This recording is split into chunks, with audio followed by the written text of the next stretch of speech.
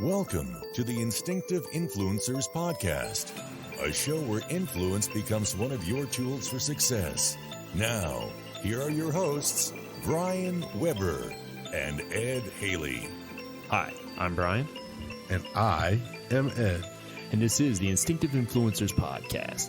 Well, Ed, we're back with a second week of this top 10 of lessons learned from Hal Moore. I mean, last week I was really into it, and this week, I mean, we got 5 more to go after, 6 through 10, and then there's the questions to be considered. I mean, did you take anything from last week's, the first 5, and you just like, wow, I can't believe, I love the fact that we talked about that.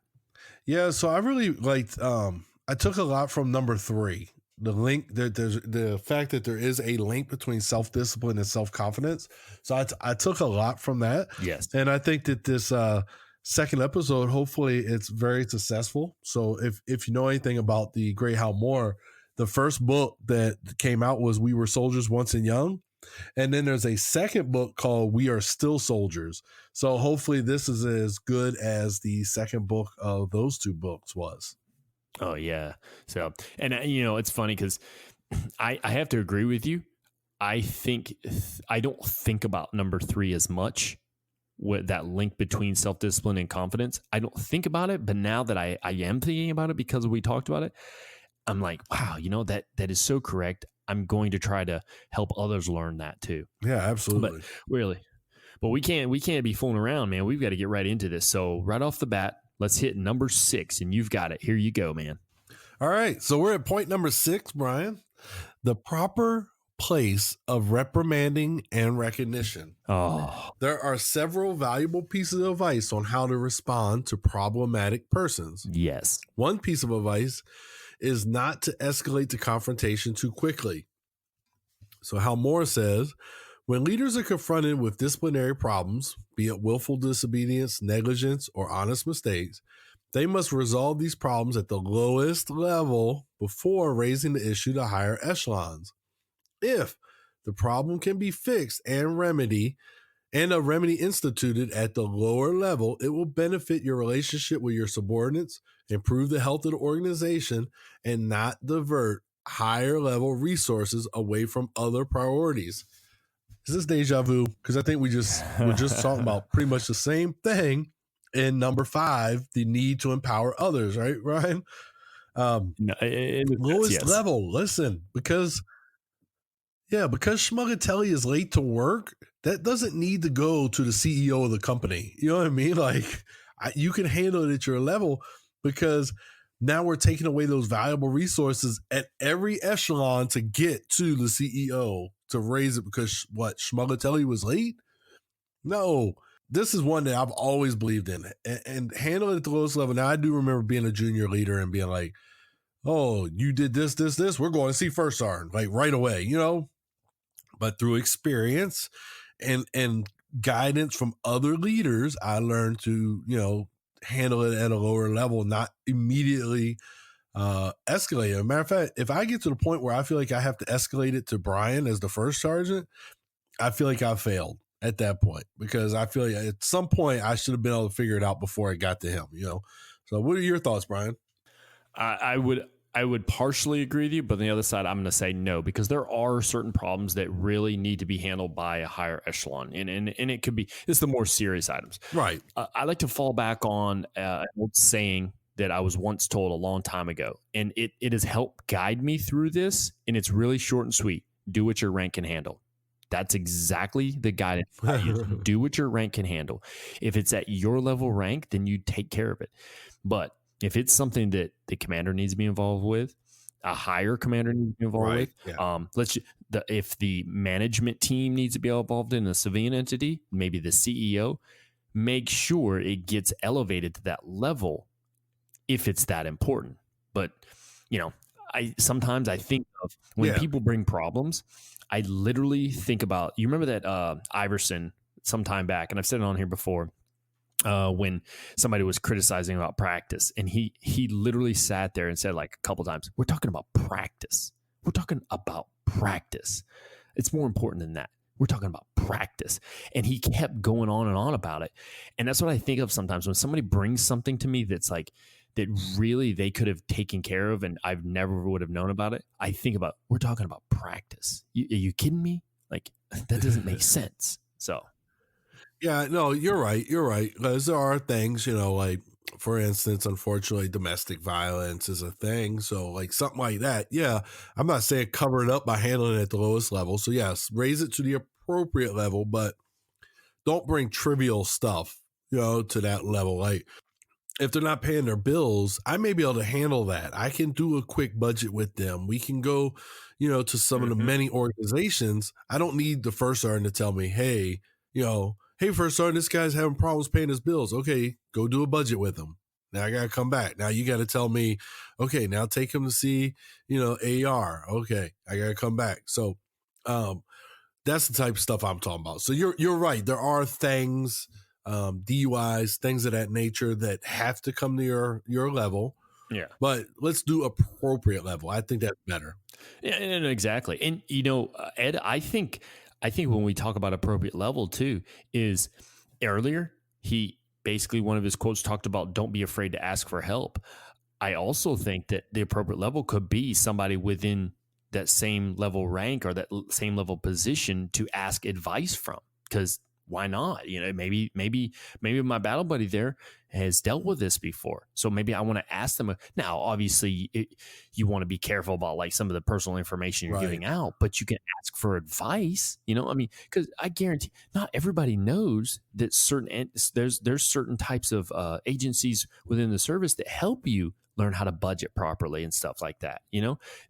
They got rid of that stuff in high school classes a long time ago. And that to me is a sad fact that they need to bring stuff like that back so kids understand how to properly budget money and take care of a checkbook and understand that you can't try to live a wine lifestyle on a beer budget type situation. It's just, but what's cool is when you share that information back and forth from you and another battle buddy, you learn from each other. And what really makes me happy when I notice people are doing that and they're actually helpful and they're not being condescending or negative in nature, like, can't believe you didn't know that type of situation. Because to me, that develops a nastiness that doesn't need to be there. Yeah, absolutely. And I liked it. So when I first became a sergeant, there was a lot of us at one time were becoming sergeants. So we had to crosstalk a little bit and gain from each other's experiences because, I was working in a motor pool. So there was tons of sergeants, but it was like each one had something different. This guy had the habitual late soldier. This guy had the soldier who, when he was at work, would disappear. And so you crosstalk that and learn from each other. So yeah, I got you on that one, Brian. Are you ready for the next little nugget? Almost. Go ahead. I wanted to read this one little quote I see right here, man. It says, a leader should never tell an outfit that it's screwed up. If he does, then it will be screwed up. Why? Because the boss said so. I love that. I live by those words, actually. And it's funny that I don't live by those words because I heard Hal Moore, somebody. I literally felt that way. That's part of that whole recognition and reprimand thing. If I'm in front of a formation and I'm talking, I praise them on all the hard efforts they do. Mm-hmm. You don't stand there and you don't tell the organization they're a bunch of worthless nobodies, because when you do that, you have just created a toxic environment. So I want people to realize that. I don't care who you are. If you think it's okay to sit in a boardroom and act like you can basically come down on everybody and make them out like they're worthless garbage, then I'm going to tell you right now, I don't care who you are. You're wrong for it. There's no need for that crap in any type of business. It doesn't matter. You got to build up the organization. That's the point of the leader. The leader is to drive through those negative parts by building them up. Allow them to have that period of moment where they have a little bit of self-talk, or where their direct supervisors inform them that they're not meeting their mark. That's not the point for the leader to hit. So anyways, Ed, you're going to hit on the next part, right? Actually, Brian, that quote brings us into the next point. And I was going to use the quote after it, but we'll get into it now. So the next point Hal Moore makes is, my bad. And this is something we've heard throughout our careers too, both of us, I guarantee it. And I'm sure anybody else in an organization's probably heard this before. Even my wife in APHES, I know my wife's heard this and she believes in this. Praise in public, punish in private. As a leader, you should never resort to public humiliation when correcting a subordinate. It hurts unit cohesion, and you may never regain that subordinate's trust or respect. If you need to take someone to the woodshed, do it in private. So on this point here, public humiliation does a lot of things, because then when that subordinate snaps back, right? They snap back at you and they're disrespectful. Now we want to roast them for being disrespectful after you humiliated them. And this is something I see out of a lot of brand new leaders, especially in certain career fields within the military, where I got stripes on my chest, so now I can humiliate people. But then when they immediately, as soon as that soldier says something they don't like, it's, oh, you disrespected me. But we're not talking about the disrespect you created by humiliating them. So praise in public, punish in private. When you, Brian, have a soldier and they're going to receive UCMJ, what's the process look like? Where do you do it? What's the environment like? Well, they do have an option when it comes to UCMJ. Often the commander has to ask, because that's who gives UCMJ. It's not the NCOs or anything. We can recommend something, but we can't give it. But they do have an option to have an open or a closed hearing. And within UCMJ, an open hearing means the door is open and anybody can stand there and listen. A closed hearing means the door is closed. So they have that option. And that's kind of nice that they can have that option. And to tell you the truth, Ed, I've never heard one person ever say open ever so far. But then again, I've only been part of a few because I do have a stellar organization. But with that, I would definitely say that in that process, I think also they want it closed because it's just as humiliating to them to be punished as it would, as anybody. So I truly believe that that's the right answer to make sure you do it in private. And Ed, this is a lesson that I learned the hard way, man. I really did. And I think and you probably can relate to this. I think it was our early upbringing in the Army that kind of set that tone. And over the past 21 years, things have changed and we're learning to develop things. But the crazy thing is, Ed, we're talking Hal Moore. We're talking 1965. We're talking even before that, him coming up with these ideas of how things should go and following them. So it's not like it's a new concept. It's actually an older concept. It's just people forget it. Yeah, and we so often hear, oh, the old Army, but wait a minute, this is the old Army. This is the old Army that's saying don't punish them in front of everybody, punish in private. You know what I mean? Like, now I know a lot of people, especially back then, when I came in the 90s, a lot of people would be, you would do some push-ups and it would be in front of people, and you still felt like, you felt like garbage because you got in trouble and you were doing push-ups, but it wasn't. It was humiliating, but it wasn't, I guess. It's kind of weird because you knew the alternative was paperwork and possibly losing money. So you kind of accepted that. But beyond that, like if you had a problem with your finances, a lot of times your squad leader or your section sergeant, they're going to take you into their office and it's going to be more private and it's going to be, maybe your platoon leader and your NCO and you speaking. So, but that's important for especially punish private because it can be humiliating. I mean, we make mistakes. We're humans. People make mistakes. I've made them. I'm sure you've made them. Yes. We've done things that we've been embarrassed about.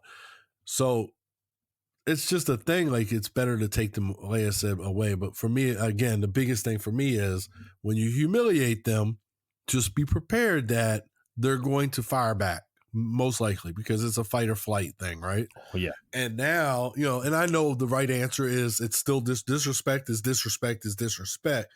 But at the same time, for me, when I'm done with that soldier, right, and they may get in trouble for the disrespect, but that leader is going to stay in the office with me and we're going to have a discussion as well about you humiliating them and causing that so that they have that understanding moving forward. Oh, yeah, definitely. I mean, 2 wrongs never made a right. I've heard that 1,000 times. 2 points to take from that is I truly believe what goes around comes around. That's one of those things. So Absolutely. remember, if you're one of those people that tends to get after people in public, someday your time is coming. The other point is, I love the point you brought up about, let's say a soldier's having financial issues. And we're just using soldier for right now. It could be any. He or she's having financial issues. You're not going to solve their problem by making them do 1,000 push-ups. No. That solves nothing. All you did was make them stronger. Instead, it's called mentorship. It's called leadership. It's called taking them and helping them understand where things are going wrong and how to get them right. And that's the thing. We may have some leaders who don't understand how to do that. But that's what the good thing is about with all the agencies we have to help us. We reach out and we ask for help. And it's nothing wrong with a leader going with their subordinate to a financial counseling. They can learn something and then take notes and take that back and teach other soldiers. That's that lifelong learning. So I definitely agree with you, man. Good point. Yeah, it's excellent. So then, he has to counter. So we really focused right here on punishing in private, but then Hal Moore goes on to say, be sure that deserving men are decorated with the appropriate awards for valor or meritorious action. Fewer things will impact a team's morale than a leader who does not recognize their accomplishments and hard work. So this is Hal Moore talking about it, but I know for a fact General Patton used to visit troops and award troops on the spot. He used to carry around pockets full of medals, and at the Battle of the Bulge, he would pin a medal on a soldier's chest who's still in the fight. So these are the things. Now, again, extreme examples, but at the same time, what is wrong with, we're in our sections huddle, in our business, whatever we do, our component of the business, and we say, hey, Brian did blah, blah, blah, blah, and it saved the company, $10,000. So great job, Brian. Kudos to you. There's nothing wrong with that. It didn't kill me, Nope. To get that out there. But what's the impact on Brian? Some pride. Yep. Some desire to do it again. You know what I mean? So very important. Praise them in public. Tell them they did a good job. Just like you said with your formations. Is your unit perfect? Probably not. I'm sure there's shortfalls. Every unit has shortfalls. But do they work hard? Yeah, the majority, for the onesies, twosies who are discipline problems, there's 200 more that are not and work hard. So let's tell them they work hard. I agree. One of the things my unit does is they actually do a NCO of the week and a soldier of the week on our Facebook page when we're helping units to get into the European theater. And they go out to these locations all over Europe and they'll do a little quick interview, getting to know Private Private Schmugatelli is from and this is what he does for the organization, and they'll have the soldier on there. And, those things, that praise is important, Brian. Exactly. I couldn't agree with you more, man. But I also want to, I would want to frame in the light, it's good to praise in public, but also we have to be careful to not overinflate awards. And it could be whether it being putting in a unit award for someone or how we praise it, because we could also overinflate and then we create an ego problem, or we also create expectations that it's, how do I say this? It kind of makes me think about participation trophies. I don't agree with those. I never have, but at the same time, yes, I understand people need to receive praise for what they do, but we don't overinflate that, because now what we're doing is we're kind of putting them on too high of a pedestal, and when they get knocked off, they're going to fall really, really hard. So to me, it's a little bit weird. And then your comment about your NCO of the month type thing, I have to say, and I'm going to put it out there because I'm proud. I'm a proud dad. Just the other day, a couple of days ago, Michelle told me that Eva, my daughter, my youngest, is going to receive Student of the Month for her in her school. And it was because, I quote, because she is so nice and helpful to all the other students around her. And I was just like, man, that's awesome. Like, I can't wait to, they're going to do a ceremony sometime next week and Michelle's going to take pictures, but it kind of makes me happy. Stuff like that. Like if a soldier is being helpful to other soldiers or an employee is doing something to help another employee, recognize them for that because they deserve it. Just don't overinflate things too far. You know what I mean?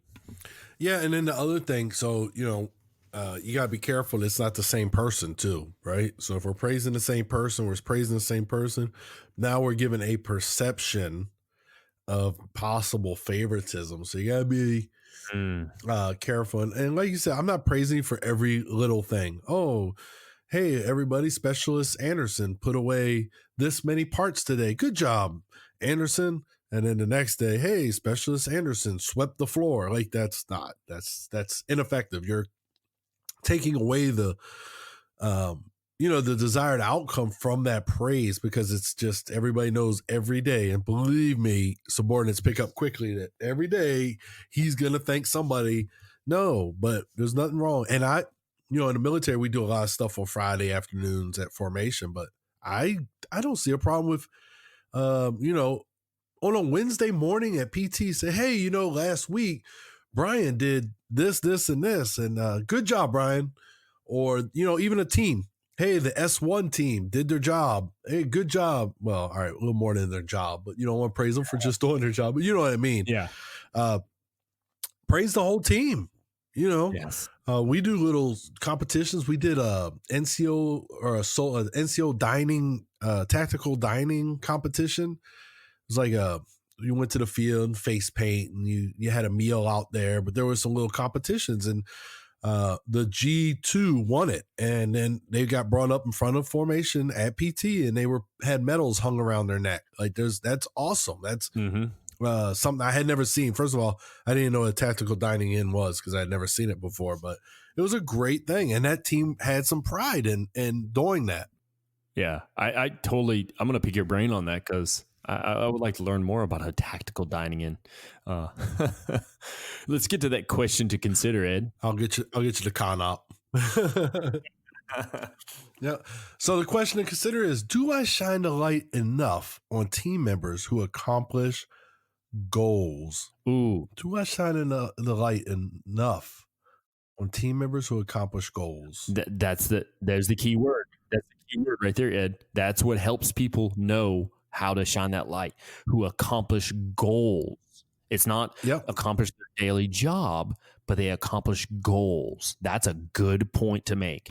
And as leaders, we learn about these goals by getting to know them, and we learn about it through, maybe whatever, our evaluations, our performance reviews. These are opportunities, but what are some goals you have for yourself? And now we understand those in order to understand when to shine the light on them for accomplishing them. Exactly, man. Exactly. All right. So we're going to continue on. Here we go. Taking responsibility. One is struck by Moore's immense sense of responsibility. Man, responsibility. I think I said something not too long ago about accountability of a responsibility. But here's what Moore has to say. Every person's dignity must always be respected. I feel that if anyone under me fails, the fault is at least half mine. Is that not extreme ownership, Ed? Well, ish, because I think extreme ownership, he wants you to figure out how you can take all the blame, but it is taking ownership, though. I will give you that. Yes, I love that one. So let's continue on, though, because there's a little bit more to this.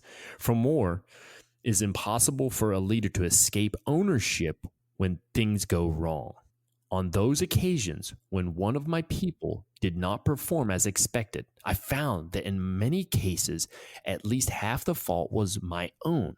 I had either not put out clear, clean instructions, or I had not trained that person sufficiently, or I had given him a task with little or no possibility of accomplishment. I like how, Ed, I like how he broke that up into three different areas of how it could be his fault, right? We've both read through Extreme Ownership and we understand the idea behind it. But what Hal did here is he said it could have been one of these things. And I really think that helps a leader understand about taking ownership. Right there, what he says, either not put out clear, clean instruction, that's one. I had not trained that person, that's two. I had given them a task with little or no possibility of accomplish. That's 3. So what I did is I broke it down into 3 different areas that I could have I could have failed that individual on. And what that then, Ed, what that turned to me, you turn that around and you say, okay, of those 3, what are courses of action that I could have fixed any of those 3 or all of those 3?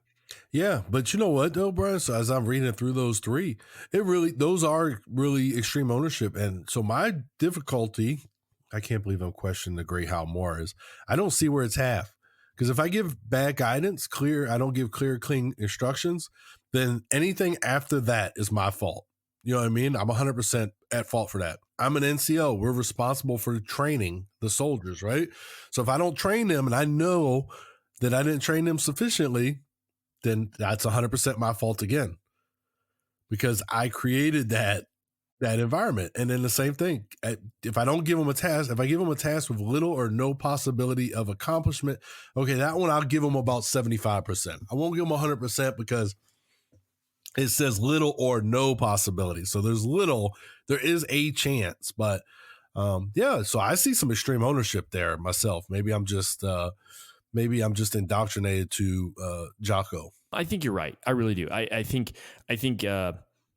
if he could go back, I think if that was talked about in a conversation, he could actually help us understand why he said half, because you know Hal Moore. I mean, come on. I mean, he's not the perfect leader, but he's darn close, man. He's really good at what he did, and those around him knew it.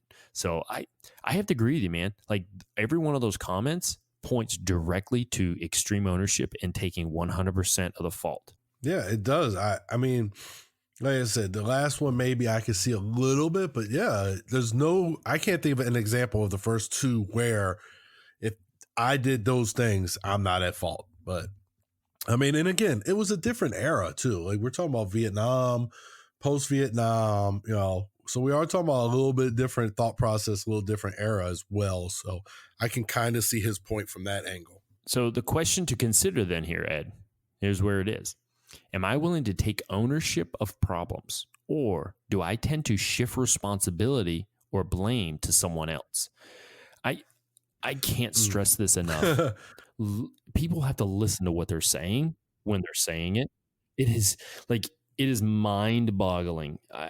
I guarantee you, I probably deal with this at least once a week, at a minimum once a week, where somebody wants to blame someone. I mean, I just sat on the phone a few nights back and somebody was trying to say why all these problems, why this and this didn't get done because such and such didn't do this. And now they had to work here and this. And it was just like my mind, I was literally wanting to I felt like my brain was going to blow up because I'm like, take ownership of something, please, Yeah, no, I have one of my captains. I'm just joking around with him, of course, but he doesn't get on the access roster. We were going to visit the Polish, and he doesn't get on the access roster, and he starts playing a blame game. And I said, "Hey, sir, we stopped fighting with shields many years ago, so could you stop deflecting? Like, where's your, But the guy that I'm going to be replacing said it's my fault, but at the same time, the captain never called and said, "Hey, did you get me on the access roster to verify?" So, we're taught to, inspect, not expect. So it is some of his fault, but at least the guy I'm going to be replacing said, "No, it's my fault. I submitted the roster. I knew he was supposed to be on it and I forgot to put him on there." So that's extreme ownership. But yeah, I just wanted to get that little humor in there about the shield that I told him, because he thought it was pretty great too. Mm-hmm. I kind of like what you said there. Inspect, not expect. I think it's a little bit of both. I think it's expectation with inspecting. Ooh, you have to do both. Interesting. So if I explain my expectations and then what's that? Check, trust, but verify. Yep. So that's the inspect. Yeah. So that's, definitely. You ready to hit that next one, brother? Oh yeah. I am, because my guy's in here, but so we're talking about the importance of, this is perfect, man. This is number 8 is all about our little quirky thing that we do. We put in the show every episode, the importance of learning and listening. Mm-hmm. Moore made no secret of the fact that he understood a leader to be someone who is committed to learning. He writes, This quote has been on the show now 3 times. He writes, to be a leader, you must be willing to be a lifelong learner. The leaders who fail are those who think they know everything or that they have nothing left to learn. They resent having to learn something new or adapt to a new situation. So this one's we've talked about this a lot on this show.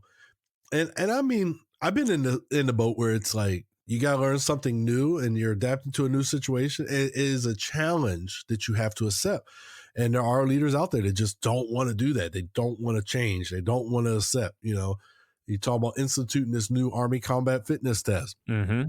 There's leaders that don't want to adapt to that. It was the same thing when we went to physical readiness training. Leaders did not want to let go of the old Army PT to change. So, yeah, it's interesting. I mean, what do you think about this here quote, Brian?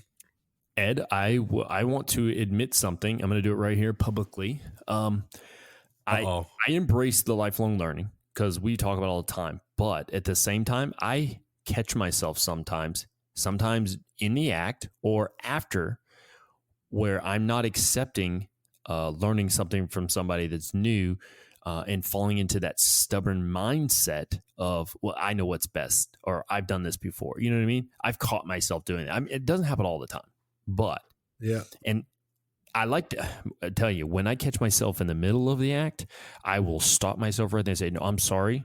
Let me hear what you have to say, because you probably can come up with something better than I.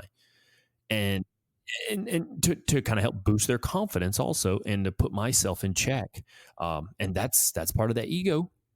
Because right there, that whole sentence about lifelong learning, that's about ego, man. That's the way I see it. Jocko talks about it, man. So what do we got here? Yeah, all the time. Oh yeah, this is what I've been waiting for. Talk is cheap, but Moore emulated the life of a learner by spending hours and hours in a library. He drew inspiration from old blood and guts Patton. Moore says, before Vietnam, I had read a lot of military history and was deeply impressed by the leadership of Field Marshal Irvin Rommel and General George S. Patton Jr. Their style emphasized 4 bedrock principles: surprise, aggressiveness, deception, and the leader's personal presence in the battle. They were very helpful to me on the battlefields of Vietnam. Here we go, Brian. So we're talking about one, a person who was a headache for us during World War II, Field Marshal Irvin Rommel. And then we're talking about the great General Patton, right? But it's the principles. So as a leader, we're talking about surprise, aggressiveness, deception, and their personal presence in the battle. And this is where these leadership lessons come in. I mean, how many times have we talked about presence, being there, lead from the front? Just today, we've already talked about it, we've talked about it on the episodes for Hal Moore. We've talked about how important it is to be present as a leader, Brian. And then the other one of those 4 principles that I really like is the aggressiveness. So to me, an aggressive leader is a leader we go back, not afraid to make decisions, not afraid to deal with the consequences of said decisions. That's aggressive as a leader to me. That's someone, we're not talking about aggressive, like, unfortunately, with General Patton smacking people in the head. We're not talking about that aggressiveness, though. But for him, what he's talking about, when these 2 great generals they plan based off of surprise. They were always aggressive, with their movements of their armor. And they were both armor commanders, which is also just a little bit of irony. But, deception, George Patton, he led a unit of balloons during D-Day because the Germans just knew wherever Patton was, that's where the invasion was coming from. Mm-hmm. So they put Patton with a bunch of balloons, and they think Patton's coming from there. And then the Americans came, or the Allies came from another direction. So these are just a few of the things. Again, and these gentlemen are always there. And they studied each other, which is also funny. Patton read Rommel's book on infantry tactics, and Rommel likewise read books by Patton to study, to get to know their enemy, because they were pitted against each other on multiple occasions. So wow, I like to Hal Moore studied these great leaders. I do too. So two things I take of this. One, I didn't see anything about him studying George Washington, and I'm kind of curious if he ever did. But the other more important part is he talks about those 4 bedrock principles. I truly believe somebody can use those 4 bedrock principles on the battlefield of life, just in general. See, Yes. let's say somebody's part of a marketing team or marketing firm. Okay. They could use surprise, aggressiveness, deception, and leaders' personal presence on that battlefield for whatever organization they're setting up a PR for. I mean, you think about that. So if I surprise the enemy, being my competition, with a whole new scheme of how we're going to push the message, and then I'm aggressive with it, and I'm a bit deceptive in a sense, but then I put the leader of the organization out front so everyone can see them, that, to me, that's a win-win situation all day long. So, yeah, I like the idea of that you could take those 4 bedrock principles and you can develop those in just personal life, into any type of business. It doesn't have to be just war. Yeah, no, and I believe if I'm the person who has that marketing team, Brian, I want you to be aggressive. I want you to come up with something that the competition wouldn't expect. You know what I mean? So yeah, I can see where that is. That's 100% accurate. I agree with you, Brian, on that one. Yes. All right. So what else does the great Hal Moore have to say about learning and listening, which I also think is very important? He says learning does not only occur by reading, one can even learn from the bad and the ugly. Throughout your life, you will probably serve under more bad leaders than good leaders. The irony, however, is that you can learn as much from a bad leader as you can from a good leader. Toxic leaders will set a perfect example of what not to be. Another thing we've talked about in this show. I told you I had the sergeant first class that would yell and scream at us. And just because we were privates or specialists, he felt like he had that authority to talk to us however he wanted. And I knew at that moment I was never going to be that leader based off of the example he set. We talked about absentee leader earlier. I work for an absentee leader. That's another thing I would never, ever be. Like, when people have to say, hey, where is such and such every single day? Like, that's not what I want. That's not the reputation I want. That's not what I want to be known for. So yeah, I can agree with this. Now, serve under more bad leaders than good leaders. I don't know. I'd have to sit down and really think and see if that pans out for me in my career. What are your thoughts, Brian? See, I think it depends on the person too, because people can be influenced. I mean, this is the Instinctive Influencer show, so might as well bring it in and talk about it. But people can be influenced sometimes too by those bad leaders to follow in their footsteps, so to speak. And you start picking up bad habits. And I say this because early in my career, I was learning bad habits from people that were bad leaders. And then as I've grown, I followed my gut, as he spoke earlier, and realized that's not how people should be treated, or that's not how I should talk to people, or that's not how I should punish someone. Over time, I started realizing this thing, and I learned from it. But not everybody does. I think that's how bad leaders continue to be bad leaders, is they learned it, and they were influenced, and they think that's the only way, and they stay that way.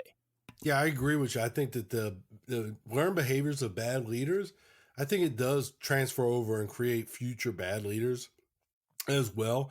I'm hopeful that it makes bad leaders, or makes good leaders out of those, those lessons instead more frequently. But yeah, I know for a fact that there are bad leaders who learn to be bad leaders from other bad leaders.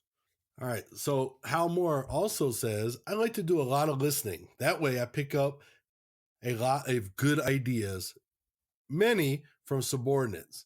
When you listen, you know twice as much as the other guy, what he knows and what you know. Man, how many times has that one came up as well? I feel like I've learned a lot from this guy. Yeah.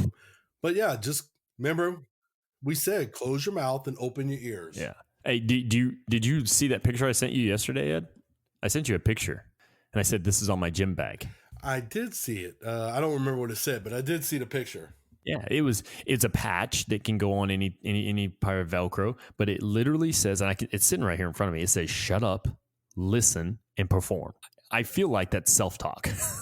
Like I want to tell myself oftentimes, just shut up, listen, and then perform.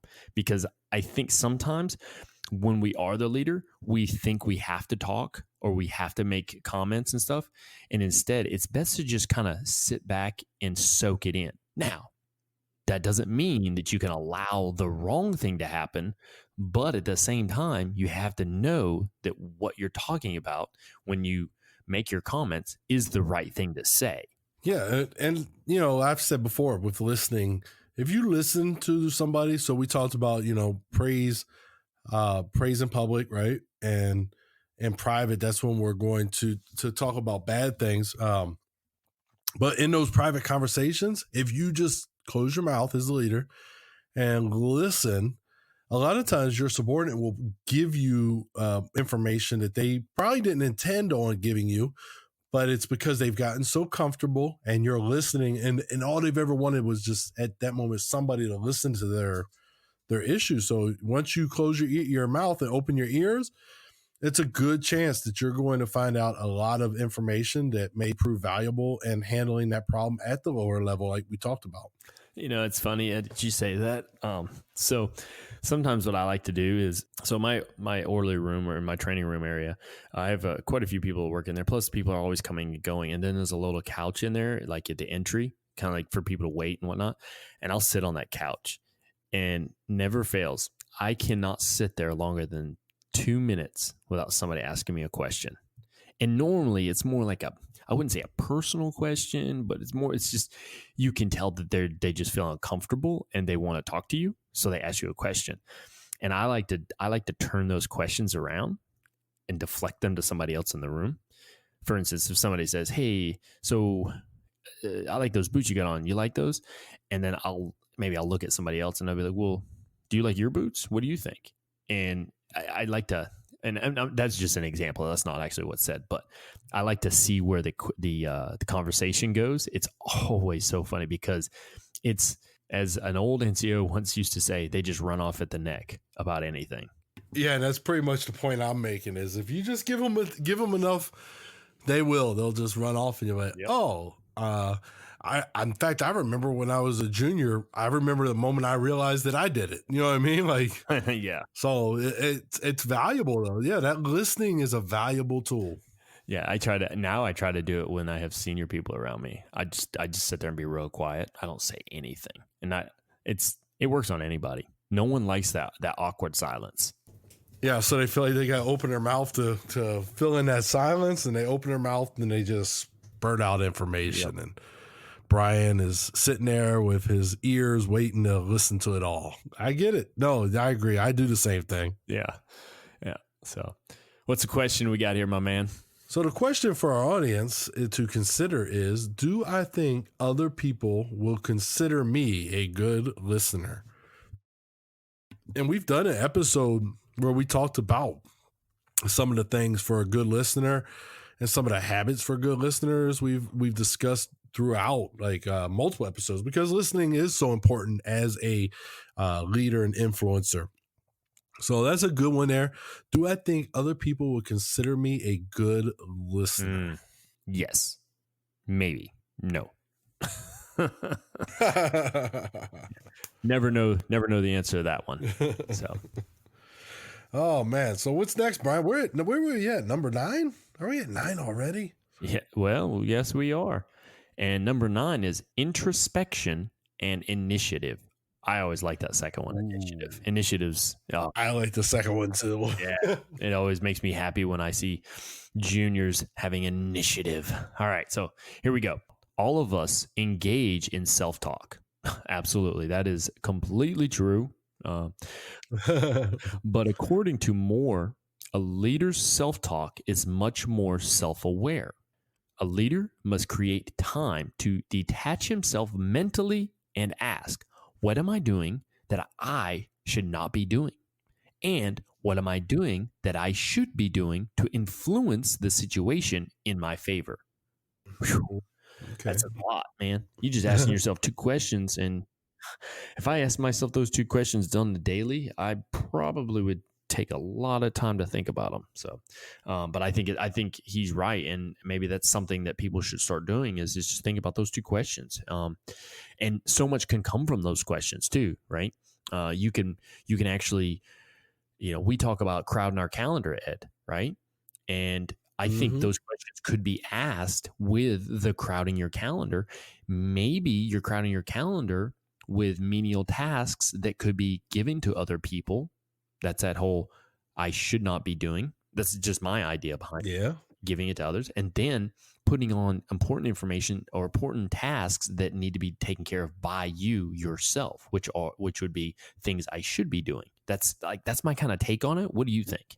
I think that these would be good questions for me, because I do the meditation thing. I think even one of these would be a good question. Like you could do one a day to just consider while you're sitting quietly in a room or a sauna, wherever your cup of tea is as far as meditating. But this would be interesting to explore from in that kind of mindset, like a nice quiet environment. So I can see the value, like, like you said, I really think that what am I doing that I should not be doing is crucial, especially if if you're feeling overwhelmed, if our listener is feeling overwhelmed, like you just cannot get ahead at work and you're just always go, go, go, go, go.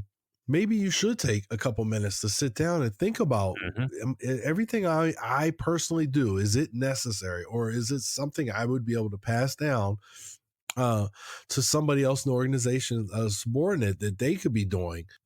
And that's a good way to free up some time so you're not feeling overwhelmed, so you're not working late and taking time away from your family and your loved ones. Yeah, that's, that really just came to me as I was reading it, thinking about how to respond to you, Brian, just now. It really just, that it really resonated with me. That's a good thing. If you feel overwhelmed, listeners, that's a good question to consider. Yeah, absolutely. And on top of that, I think that could be a good question to pose. Let's just say if it's a young NCO who is counseling a soldier, they don't have to give them the answer there, but they can ask that question and they can tell them, hey, listen, I need you to think about these questions to help further your career. And if the soldier has enough introspective and initiative, they're going to come up with an answer and you're going to see a developmental change. That's kind of how I feel about it. Yeah, that's excellent. It's real funny, Ed. This is crazy. I'm sitting here and we're talking back and forth, and then all of a sudden I get a little ding, and the little ding is my Facebook going off. And then I look at it, and there's a question from your spouse, and she asked this question, and I can't wait. It's definitely important. Put it that way. We're probably already going to talk about it though on episode 50. Yeah. So very nice. All right, so here we go. The intention of introspection is thus do drive initiative. There's always one more thing you can do to influence any situation in your favor. And after that, there's one more thing. And after that, there's one more thing. And after that, one more thing.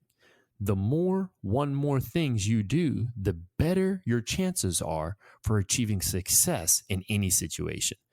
I think that is a great statement, Ed, for anybody who is trying to get promoted in whatever organization they're a part of, by far. Yeah. Oh, yeah. This really plays well for promotion. I can see that. Yeah, it doesn't matter. It doesn't matter what they do. Like, yeah, you could be working at Amazon. You could be working at. In the fire department. I don't know. There's so many different places you could actually throw that particular comment towards, and it will help anyone become a little bit better and possibly get promotion because of they're constantly looking at the one more things. If you look at the picture in the article, right, it's Hal Moore. Yes. And looks like a foxhole. Well, it's a soldier. All right. No, it's not. I thought it was a foxhole. I zoomed in, but it did make me think. So here's why I said foxhole, because this is basically you constantly striving to improve your foxhole. This is you trying to make your situation better. You know what I mean? Always. That's all this is really saying. There's one more thing you can do to influence any situation in your favor. So you're always, what's the next thing? What else can I do? What else can I do? Yes. So it makes sense. Yeah, exactly. And I'm glad you brought that comment up. You said about improving the foxhole. For those of you out there who don't know, so the foxhole is a long-standing fighting position that's built by soldiers for them to fight out of, and you constantly want to be improving it all the time. You want to, you want it deep enough to where you got enough cover concealment. You want to make sure at some point that you're getting some type of overhead cover, to protect you from anything coming down at you.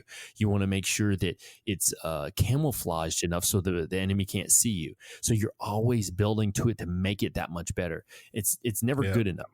And in that sense, when we say improve your foxhole, well, what is your fighting position? What is it that you're in the battle of that you're trying to achieve greatness? And how are you making it that much better so you can reach that greatness? That's kind of how I look at it as a metaphor in life.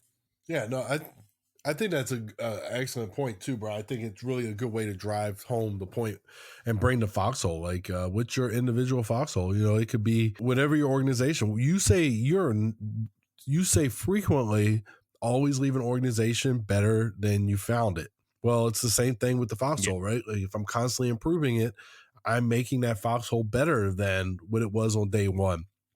So wherever you work or whatever your function is within that organization, what's the one more thing you can do to make that organization better? Well, then what's another thing you can do, and another. So, yeah, I think that that analogy really makes sense, Brian. Oh yeah, definitely, man. And you kind of got my gears turned a little bit there too. When I also say like, well, what can you do to make the organization better? I don't always mean flipping it upside down on its head and completely changing things, because the foxhole is the foxhole. It's a fighting position. How are we making that particular? We're not gonna. Oh well, that one's not good enough. All right, cover that one up and go dig another one over there. That is not exactly what we mean by making the organization better than what you received it. What it means is somebody has already made something here. How can you improve upon that something instead of erasing that something and moving on to something different? Now, there could be particular procedures or operations that take place that just don't work out and never worked out. Well, now it's time to go back to the drawing board. But yeah, we have to be cognizant also that you don't want to completely change everything. Yeah, no, that's a good point. Like, and I have been like, you may go to the field and you can see the indention from where there once was a foxhole. So you're going to occupy what somebody else already started, and you're just going to, try to figure out what you can do. What positive impact can you make on that foxhole or your organization? So yeah, that's a good one. Definitely not a picture of a foxhole here on the article, though. No, that's not. Should clean my glasses. Yeah. All right. So initiative is defined as the ability to be a self-starter, to act in the absence of orders. More emphatically states, good leaders don't wait for official permission to try out a new idea. Oh, man, Ed, I've been living by a certain statement almost my entire career. And that statement goes as such: I'd rather beg for forgiveness than ask permission. Hey, I've heard that once or 10 times. I've heard that myself. But it makes sense. Yeah. It does make sense. Yeah, it does. But it does in certain instances, because once again, I'll also follow up that statement with do what your rank can handle. Yes. But, so for me, Brian, this statement right here is self-starter. So self-starter is one of the things that makes hiring soldiers appealing in the civilian sector, because they realize that most likely that those soldiers are self-starters, because sometimes we are, you talked about initiative, right? We're taught to take initiative early on as leaders. So that's something that, most people assume we have. And I'm not saying all soldiers have it, but it is a selling factor for you as a soldier when it's time to separate from the military, is that ability to be a self-starter. Because I can put you over here in this cubicle and say, hey, I need these things done. And I can walk away and you're going to get right after it. You're not going to wait for me to come back and be like, all right, now to do this. So I think the self-starter, I like that term. Mm-hmm. I agree, man. I definitely agree. So here's a question to consider, though. What one more thing can I do to improve this situation? So think about that, y'all. Let's move on. Let's get this last one out of the way here. Not really out of the way. Let's learn something from it. How about that? I know. I can't believe we're at number 10 already.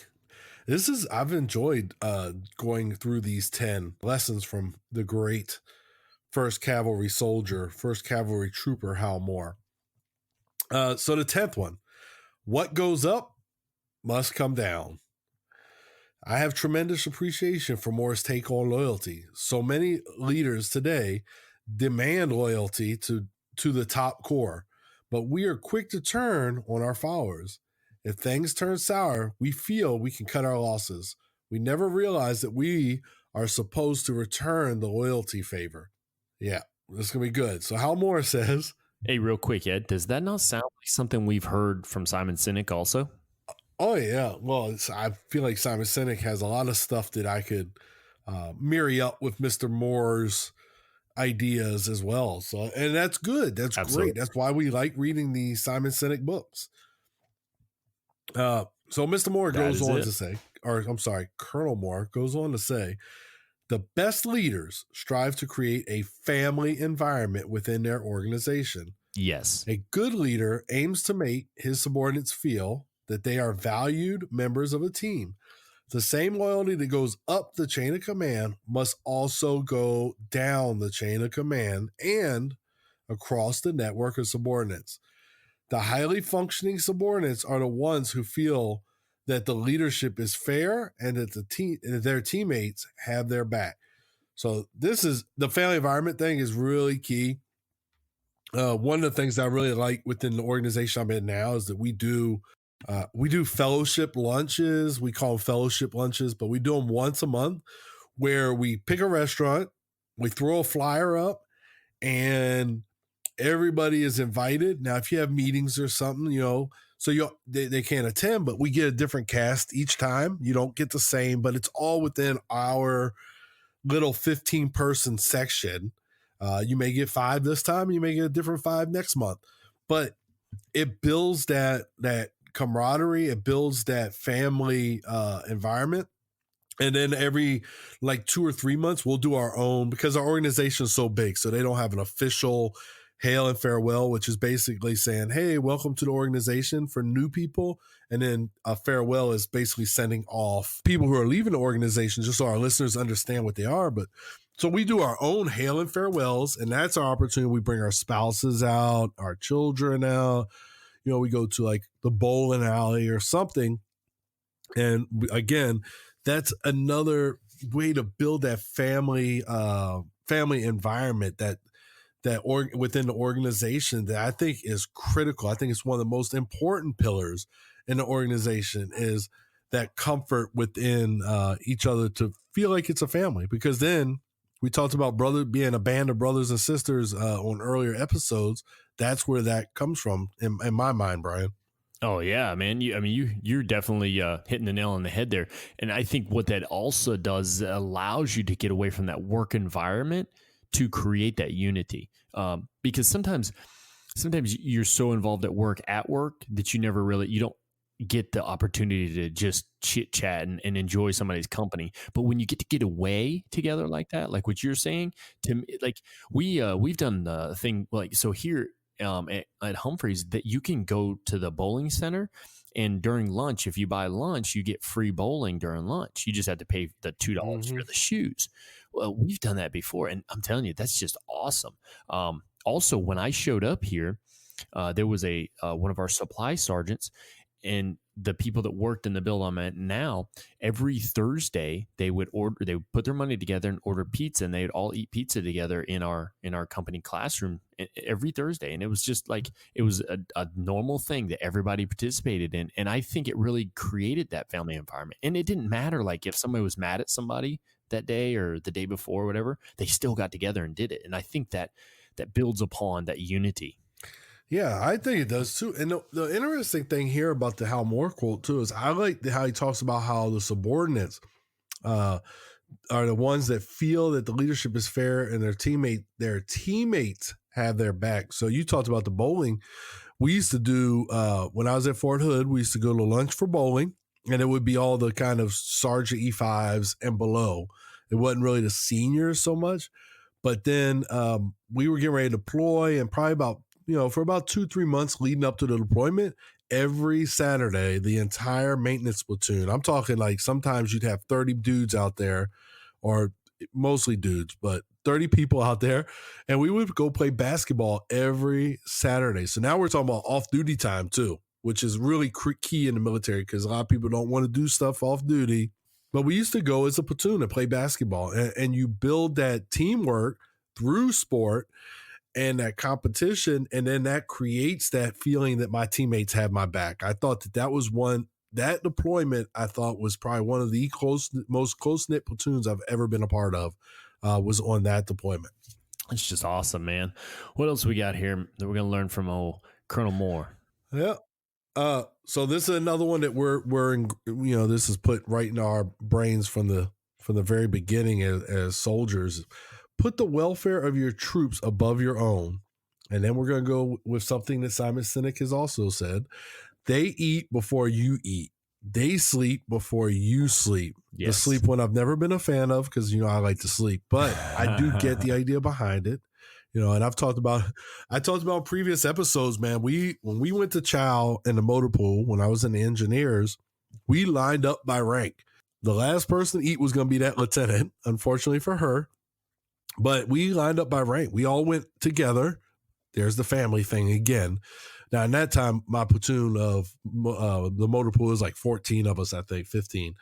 But we all ate together, and we ate in order of rank. So, if you were the lowest private, you were happy because you got to eat first. But this is important, the welfare of your troops, because that's building that genuine connection, too, that's showing you care that we've talked about so many times on the Instinctive Influencers. And that's crucial is for them to know that you, the leader, care about their welfare. I don't know. The way I see it, too, you think about that whole...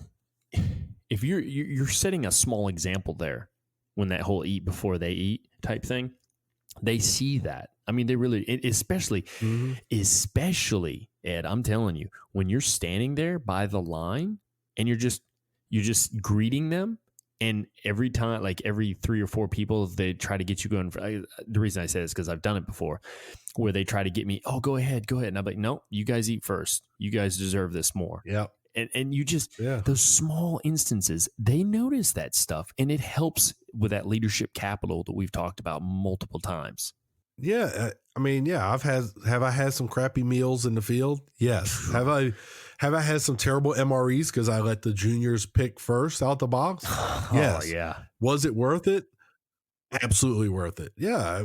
Now in the 90s when I was a private, you got the last MRE in the box. You didn't get to pick first. But nowadays, things have changed. It's a different generation. But it's worth the feeling that the soldier gets. That small thing.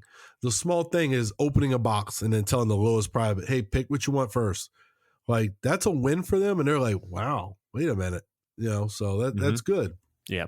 And then this next quote you're about to read, man, like if there's anything I've kind of like tailored my career around, it is definitely the very end of this quote you're about to read. Yes. Colonel Moore says, most importantly, a leader proves himself by demonstrating his concern for and relationship with the people under him. The old adage, take care of your people and they will take care of you. All right. You can't tell me how that doesn't apply to military and business. That absolutely, take care of your people and they will take care of you. 100%. What do you think, Brian? All day long. If you're looking out for their well-being on anything and you're constantly focused on them and what needs to be taken care of, they will make sure that the missions and tasks are taken care of. Now, I don't want people to confuse that. I don't want to think that, if I just take care of them, they'll automatically take care of everything. They're not going to know what tasks are needed to be done sometimes. They're not, you still have to kind of help generate that a little bit. But when they notice that you are making sure that everything about their well-being is taken care of, they are always going to put you and the mission going on first. But let that be somebody who's negative or somebody who's very toxic in nature, who's just somebody that puts themselves before everyone else, you can watch very quickly how there will be a cancer within that organization and things will get dropped, things won't get done. And at some point, I'm telling you, I've seen people do it before where people literally quit until that person is fired. But they do it in a manner that's not noticed that they're quitting. It's just they're starting to feel that, quit in them. Surprisingly, in the military, I've actually seen that. I was in the motor pool. It was like when I first came back in the military, 2002, and we were at the National Training Center, and they had a mechanic, and he was like toxic. He was the senior mechanic, staff sergeant. He was very toxic. And one day, we were very small. We were a medic company, and we just had 4 mechanics. Them mechanics, 3 of them, put their toolboxes on the back of the truck and refused to work.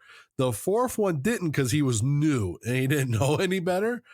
And it turned into like a sensing session pretty much with the first sergeant. And then the first sergeant realized some things he did not know.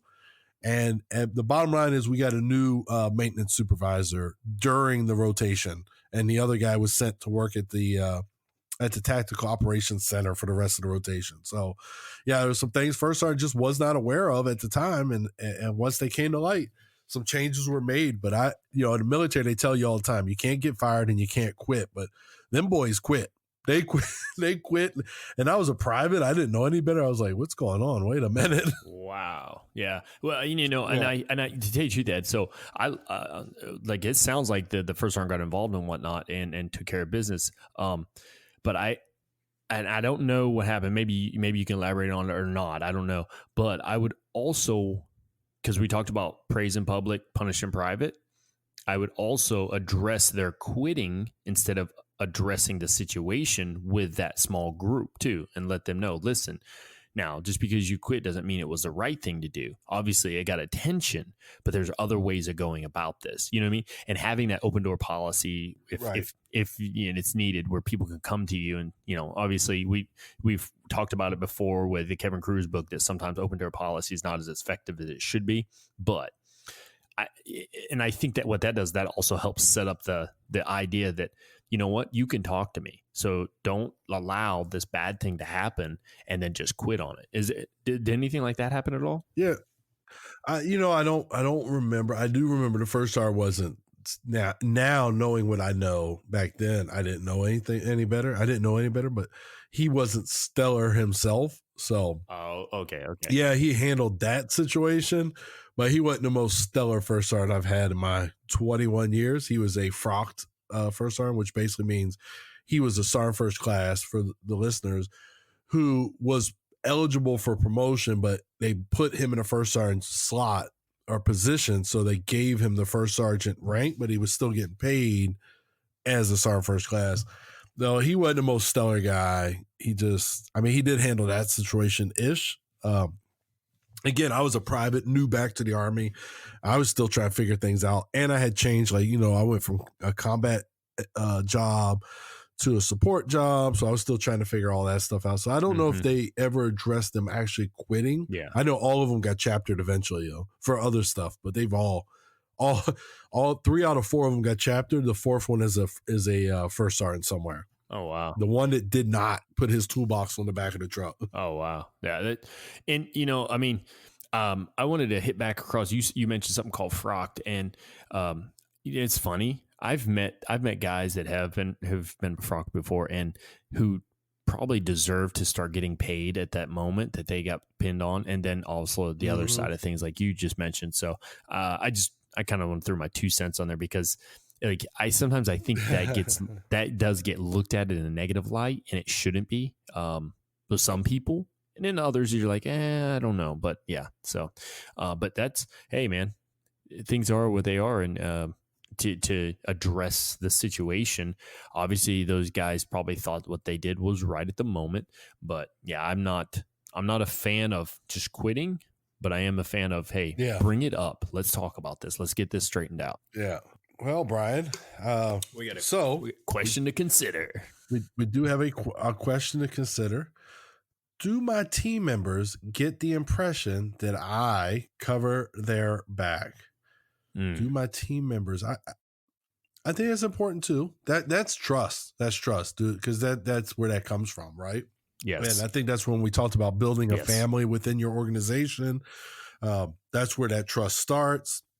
So that's a good question to consider, though. Do my team members get the impression that I cover their back? We're not talking about cover their back like they did something wrong and you help cover it up. No. But we're talking more like, cover their back as in, today, Brian, one of his children's sick. He had to take the child to the doctor.